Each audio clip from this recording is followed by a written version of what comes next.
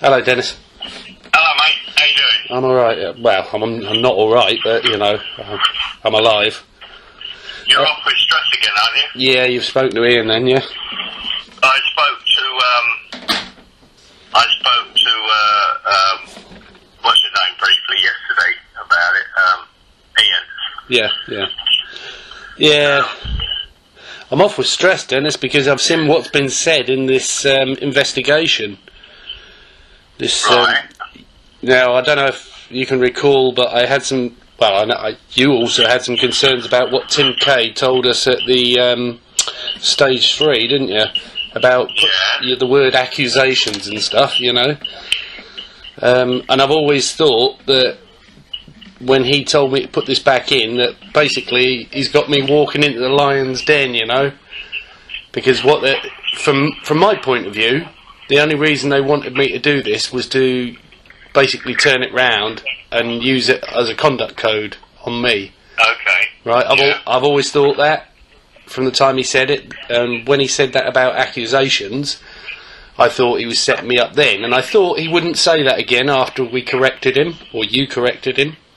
However, one of those statements, I think it's Paul Hayes, says that he met with Tim Kay at one point, and in his statement the word accusations comes up again. But I've been dealing with Andy Brown under this bullying and harassment thing. He refuses to deal with the crux of my argument, claiming that Tim Kay's dealt with it.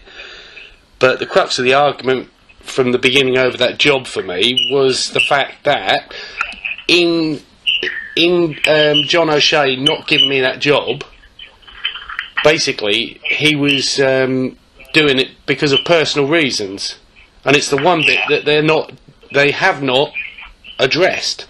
Tim Kay says it doesn't come under the grievance procedure.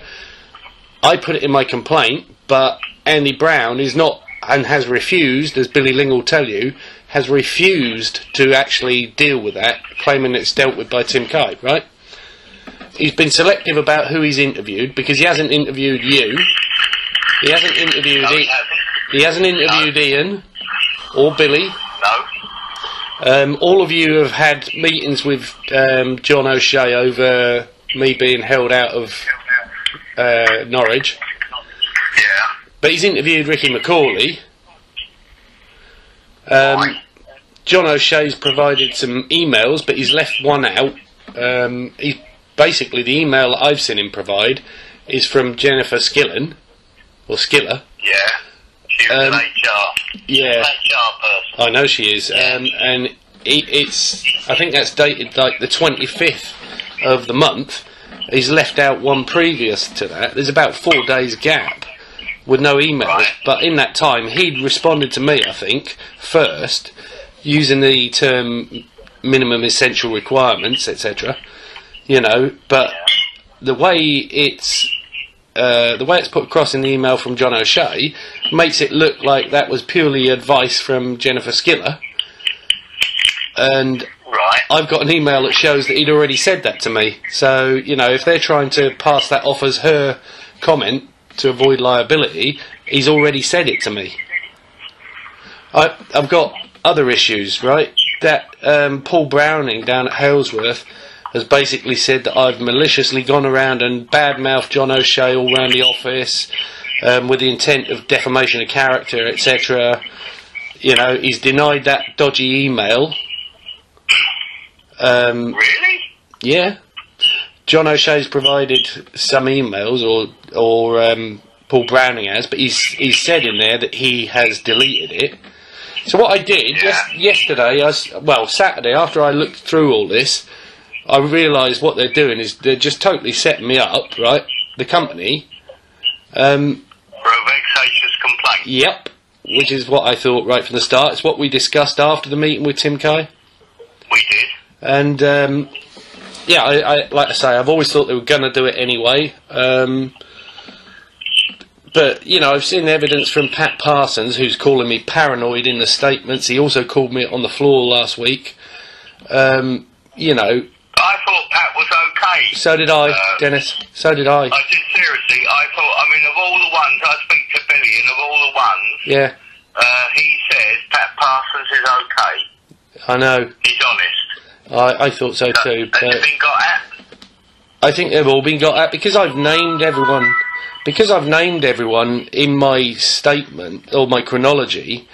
And it's not because I want to name and shame them, right, Dennis? It's because I can only set out the facts, and if those people are involved at a certain stage and their name comes up, then so be it, you know, because I have to tell the truth. Right. And the same with Paul Hayes. I've got nothing against Paul Hayes. I tried to get him to send that straight up to Sheffield. He didn't do that, you know. If that reflects on him, it wasn't meant to, but if that reflects on him and he's taken it personally, then so be it. But I've been through this with them at Ipswich, where basically these managers now are afraid they're going to lose their jobs, and now they all club together and try and get their stories straight, you know. They're all closing ranks, mate, they are, yeah, they are. And that's fine. They've got to do what they've got to do, and I'll do what I have to do and present my evidence. But, you know, I'm very, very, very worried. Saturday I wrote to Andy Brown and I said to him, listen, I've read all this stuff, come to my house, I'll record it, but come to my house and I'll give you evidence that contradicts all this, or a large part of it. You know, I'm paraphrasing here, but, you know, he basically wrote back and demanded to know why I wanted it off the premises, why I wanted it recorded, and why I felt it was necessary for another meeting. I mean, right now I see the sword of Damocles hanging above my head, you know, and I'm in a bit of trouble. I can show him the evidence, but he ain't fucking interested in seeing the evidence. Now that, in itself, tells me that the decision was made before this ever happened. And I'm afraid to say that as much as I know you recommend Tim Kye, his name's all over this. Right. Yeah, because Tim Kye's been got at, mate. Yeah, I know. Under this new, what's happened is that the honest ones, if you want a job, then this is how you play the game now. Right. And I genuinely believe that. Well, you and I both know that he never came up with the paperwork getting me back to Norwich. I got nothing from that. All I got was that letter rejecting me, wasn't it? Or rejecting my complaint. I mean, there's so much paperwork on it. You know, I've still got no lawyer from, like, the union or anything, you know. I've got no one to go with. Have they not had a response? Have you not had any response from them? No, but I dumped a load of stuff on him the other day to try and sort of see if that will swing his decision. I mean, you can't base it only on the ET1 and the ET3. If the lawyer hasn't seen the evidence, or heard the evidence in this case, you know, how can he make a decision? I could, if I weren't suffering with the disabilities, right, I could walk in there if I was a lawyer and win this fucking case hands down. Do you know what I mean? Yeah. But, you know, for me it's going to be very hard to do that. You know, I've received the confirmation today that I have got Asperger's syndrome. Okay? Right. So, I've notified the Tribunal of this. I've notified the respondents' representatives too. So, and I put on there that they've been notified of my condition now. Right. So, yeah, all of that is, like, recorded. What else am I saying? I better tell you what I said to Andy Brown, I think, or what his response was. If you got a minute. In terms of your responses to the employer. Yeah. Less is more. Okay. Yeah. Yeah. You know what I'm saying? I do. Yeah. The less that you put in to your responses, the less that they've got the ability to trip you up. And that's why I wasn't overly. I didn't say too much to Andy Brown, because I think that's what he's trying to do. Okay. If I just read you the emails that passed between me and him since Saturday, there's 3. Right, I wrote to him, Dear Andy Brown, thank you for supplying me with the evidence in your investigation, which I received by special delivery this morning. I've just finished reading through that material, and I can tell you there are many, many, many untruths therein.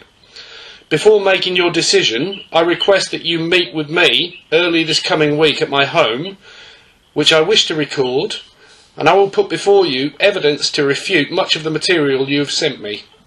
I believe this will take a long time, so it may be necessary to release me from work for the day. Now that was Saturday. I had a great deal of stress over these documents. I didn't sleep very well Saturday night, Sunday night. I didn't eat till late. I was in the right fucking state. He didn't give me an immediate response. I got something from him on yesterday. If I can find it. Bear with me. Fucking papers everywhere. Right, okay. It just says, Mr. Fisk, thank you for your prompt response in respect of the disclosed evidence. In order for me to fully consider your requests, could you please reply to this email explaining 1. Why you wish for a further meeting as opposed to commenting in writing? Well, I think I've just done that in the email to him, have I not? Yeah. Okay. 2. Why you consider the proposed meeting should be at your home rather than Royal Mail Group premises. 3. Why you wish to record the interview. I will consider any answers you make to the above and respond accordingly. Right, now I didn't... Well, in respect to the first one, yeah? Yeah. It's to get the truth on the table, isn't it? That's number 1. That's what I'm trying to do, but that doesn't seem to be what he's trying to do. Number 2 is because I understand you're off with stress, aren't you? I am now. I went sick yesterday. Yeah, so the response to that is that you're suffering from work-related stress, occupational stress, and you couldn't cope with coming back into the unit at the moment, yeah? Okay. The one that you're going to trip up on is the recording, because outside of the PACE Act, which is the Police Criminal Evidence Act, yeah? Mm-hmm. Royal Mail do not allow recorded interviews. Well, here's the problem, Dennis. In some cases they do. I understand because of your conditions that your short-term memory gives you problems. Therefore, if you can tape it, yeah. Yeah. Have you got more than one phone? No. Well, I've got a house phone and a mobile phone. Yeah. Right. Now you'd obviously tape it on your mobile, wouldn't you? No, I've got a dictaphone. Oh, I see. But you see, the problem here, Dennis, is that, you know, I've been allowed to record. I recorded with permission at Ipswich, my stage 2 grievance. At Ipswich, my stage 1 attendance. Because of your condition? Yeah. I was given this... Oh, well, in that case, sorry, mate, I wasn't aware of it. Yeah, in that case, then, the answer back to him is, the precedent has already been set in respect of my interviews at Ipswich. Yeah? Well, I have answered him, Dennis. The only reason I'm asking for them to be recorded is that I have memory issues, and therefore, for clarity of information and to get things right, I need to take my time over recording. Okay. So leave it at that. Well, I've already answered. So I'm reasonable then, because I didn't realise that the precedent's already been set. Oh, yeah. Yeah. But I've answered him already anyway, and I said, because he was kind of curt with me in that email, quite impolite, I would have said. I've answered him and I've written back, Mr. Brown, thank you for your reply. As to question 1, I have explained my reasons for further meeting with you in my email dated 21st of June 2014. As to question 2, I have offered to present you with further evidence that contradicts the statements of certain individuals in this case. In the interests of a fair investigation, you should at least be prepared to come and examine it. I'm currently off sick from work, but even if I were not, I would not be bringing my library of evidence into the office. Other investigating managers have visited me at my home in regard to my complaints, so I see no reason why you would object. As to question 3, I have disabilities of dyslexia and dyspraxia, as I'm sure you're aware, and much of what we discussed at the previous meeting I cannot recall because it was not recorded by me, but you will be aware that I rejected the notes of that meeting as I felt they were not an accurate representation of what we discussed. All I want you to do is investigate my complaints and make the right decision based on evidence, which should be your objective too. Furthermore, I feel that you should have interviewed Ian Longman and Dennis King, union representatives, as they are witnesses in this case. If this is not to your satisfaction, you must make your decision as you see fit and conclude this procedure without further delay. I don't... Yeah, it's fair, isn't it? Yeah, listen. I wasn't aware that they because it's normally verbatim, yeah? Verbatim. So if they've actually allowed you Ipswich in order to record your stuff because of the quality of the information that you can give back, I've got no problem with that, mate. Yeah, I mean, Long has told me, Ian said the other day, he said that he asked about it, and as long as you ask permission, you're allowed to do so. You know? That isn't strictly true. Right. I suppose... I'm not going to fall out of bed over it. No. But the issue is, for us, is that you want the best opportunity to present your evidence, don't you? So yeah. I just don't think... I'll be honest with you. What you've done is, you can see what's coming, can't you? Yes, I can. Yeah. And I did give you a health warning with this. Yep.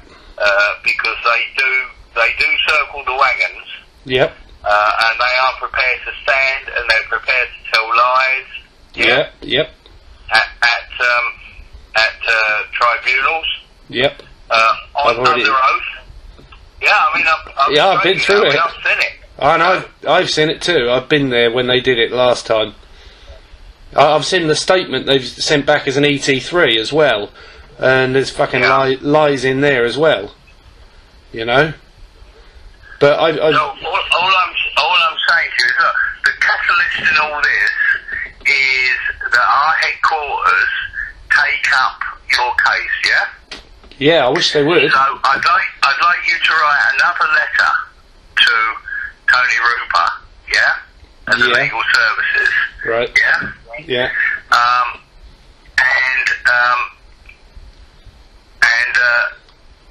And ask him, prior to your tribunal panelist, yeah, making any decision on my case, I would welcome a visit, yeah? And then myself and Ian can be with you, and we can talk it through with the panelist before he makes his decision, because it's exactly the same for him, isn't it? It's all on paper. Yeah. But there's the devil's in the detail. Yeah. And some of it might not be in the paper. So a simple email like that could well pay real dividends. So what we're saying is, prior to you making a decision, can we please have a visit? Yeah, and they'll come out, because I do it all the time as part of my standard letter. So am I asking for a visit from the panellist? Yes, the tribunal panellist who's dealing with your case, whoever it is. You mean at CWU Legal Services or Tony Rooper? Yeah.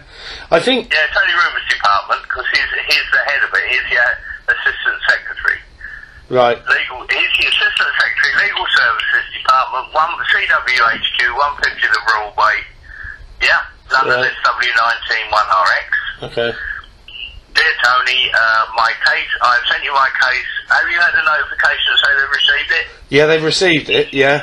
And it's being given consideration. It's being looked at by a panellist, who apparently is now... He's apparently now on holiday and hasn't given a decision yet.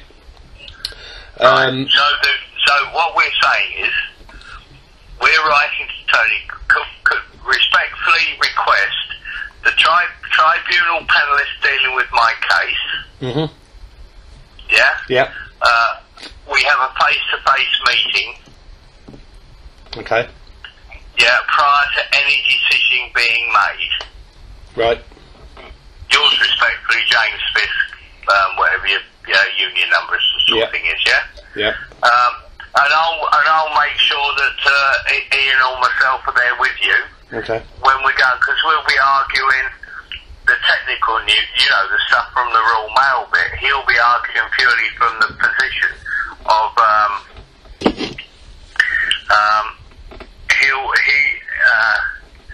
he'll be arguing specifically from the position of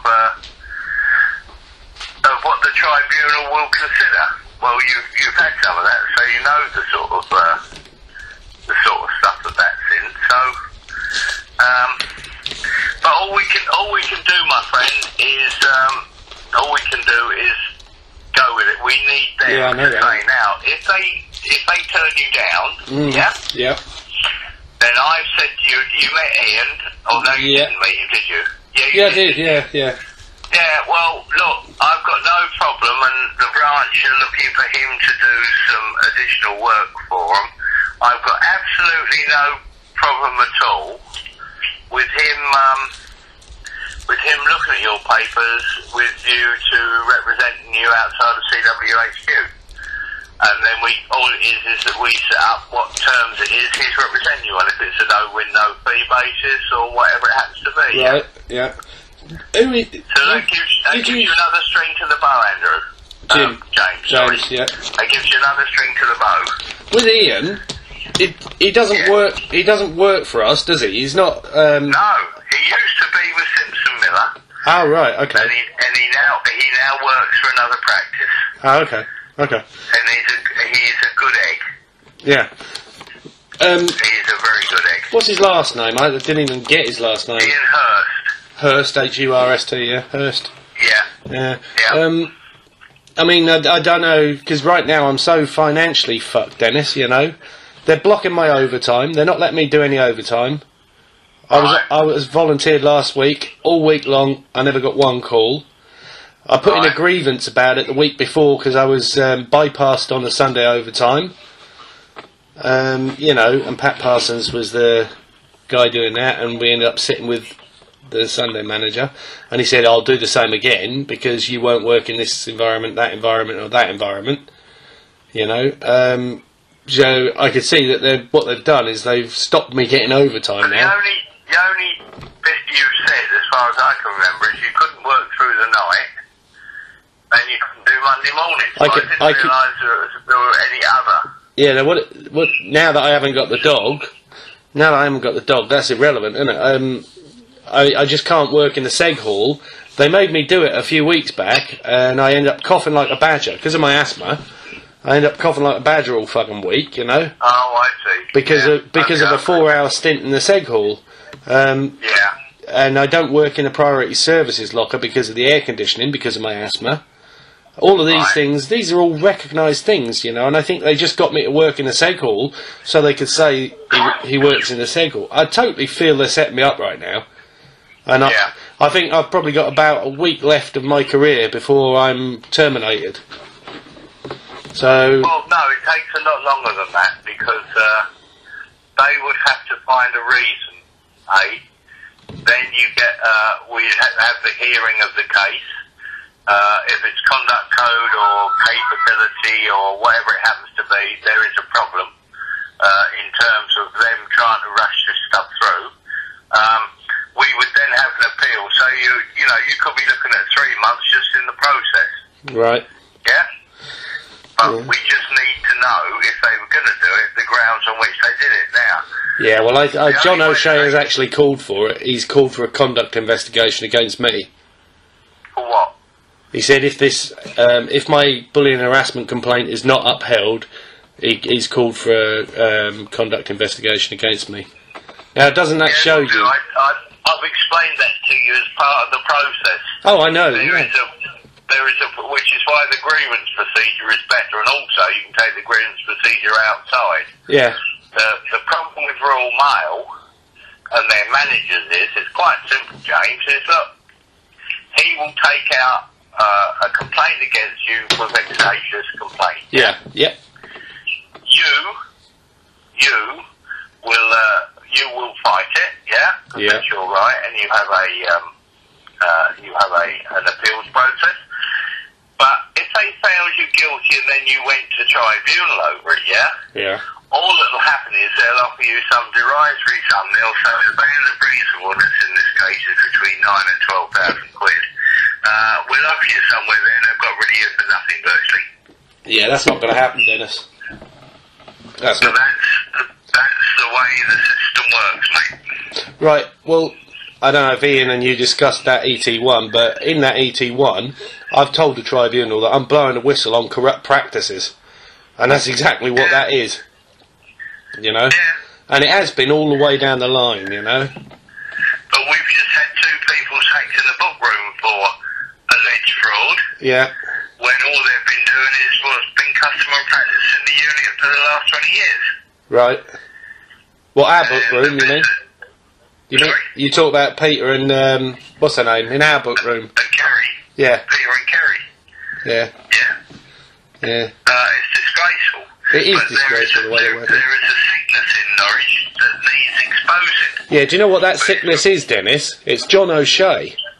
I found out the other day, I always assumed, because, you know, when I came back after my tribunal, right, for a while I was still unwell, there was a new environment, didn't know anyone, I was still on antidepressants, then we had Christmas pressure, right? Now, when I came there, Andrew Dawson was there, he was the manager, okay? And he was a nice bloke, and he said to me, you have any problems? My door's always open. I know about the tribunal. He said, you know, I want you to feel much more comfortable here. And I thought, nice bloke, you know, nice bloke. No signs of him leaving, right? And I got reinstated on the 15th of November 2010, right? Over or just after Christmas. I guess it must have been over Christmas. Next time I see him, he was looking all worried and stuff, you know, and he wasn't very communicative with me. Next thing after that was the word hit the street that he was leaving for Peterborough as a world-class males champion for a 6-month temporary, and John O'Shea came in January 2011, less than 77 days after I went to Norwich. Yeah. Now, you tell me that this hasn't been coordinated from the fucking start. They were after me for winning that first tribunal.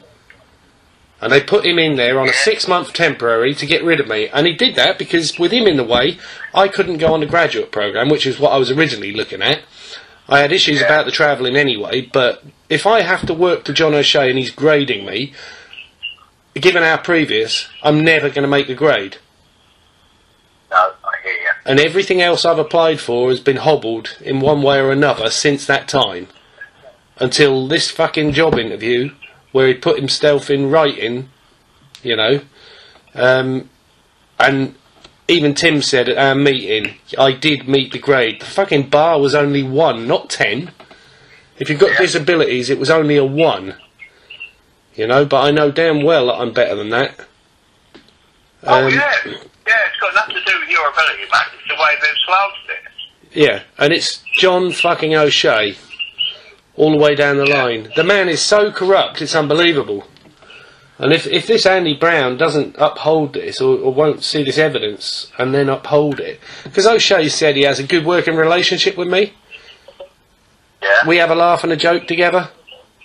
Yeah. Now, Dennis, what do you think? Knowing what you know about me and him, do you think that's true? Well, no, it isn't. But Of course it that's isn't. the picture he's painting, isn't it? Yeah.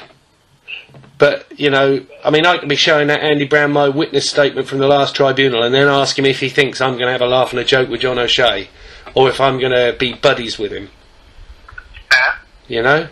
Now that's evidence to come up with a balanced decision, is it not? And he won't fucking listen to it. He don't want to hear it, because he's already made his decision.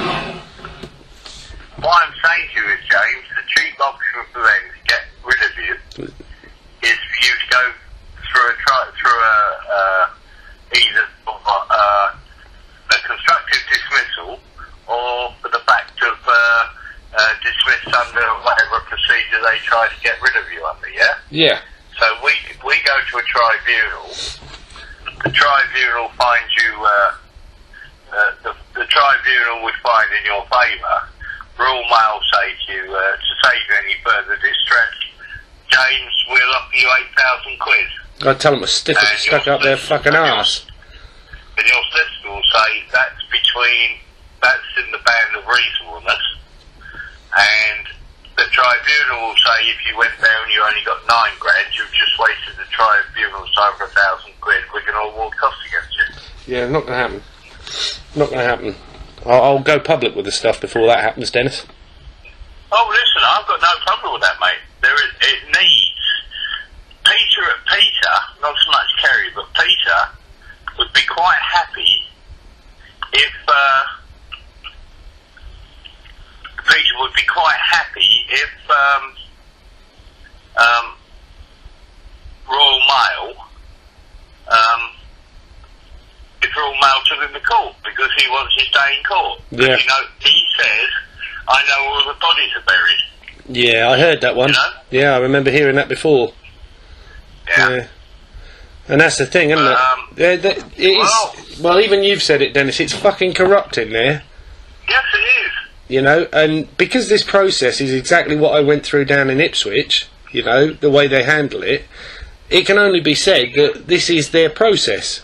We have the policies, you know we do, but they won't deal with them, and rather than giving you a fair hearing, all they're out to do is discredit you and then push you out of your job.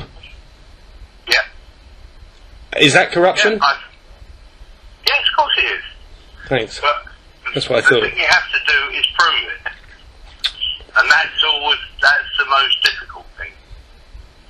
Because as you know, when you did your last case, the Tribunal aren't asking for exactly the same things as Royal Mail. Right. In an appeal. They ask for different things, don't they? They get about the legal. Yeah? Yeah. Whether the decision to dismiss was reasonable or not. Yeah. Fair and reasonable. That's all they're interested in. All the nuances behind it. I mean, the thing is, we've had them all out. But then they will start quoting various cases that have set precedent around the issues we're talking about. In fairness, Dennis, right, I mean, there is a breach of contract in this, right? I'm not letting them take my fucking contract off me. I hold it. And quite frankly, over the next 20 years, that contract, at today's rates, will pay me £500,000. So I'm not about to let them fucking push me out of my job. You know? No, listen, there's nothing between us. Yeah. All I'm trying to say to you is that the business has had a long time of dealing with this shit. Yeah? Yeah. And they're very good at it because they've had decades and decades and decades of covering the thing over and smoothing the... Yeah? It's disgraceful. It is disgraceful, and you know, yeah. I wrote to Moya the other day to say, will she intervene? You know, to try and avoid this going to a tribunal and all the costs involved. And they just wrote back to me after about 4 or 5 days. They wrote back to me and said, as you're in the tribunal process, we can't comment. End of. Yeah. You know. It's bullshit about there is no bullying and harassment from management to staff, you know. What? Because you deny it, it doesn't exist. No, we all know exactly what's going on. The thing is, nobody's ever going to admit it.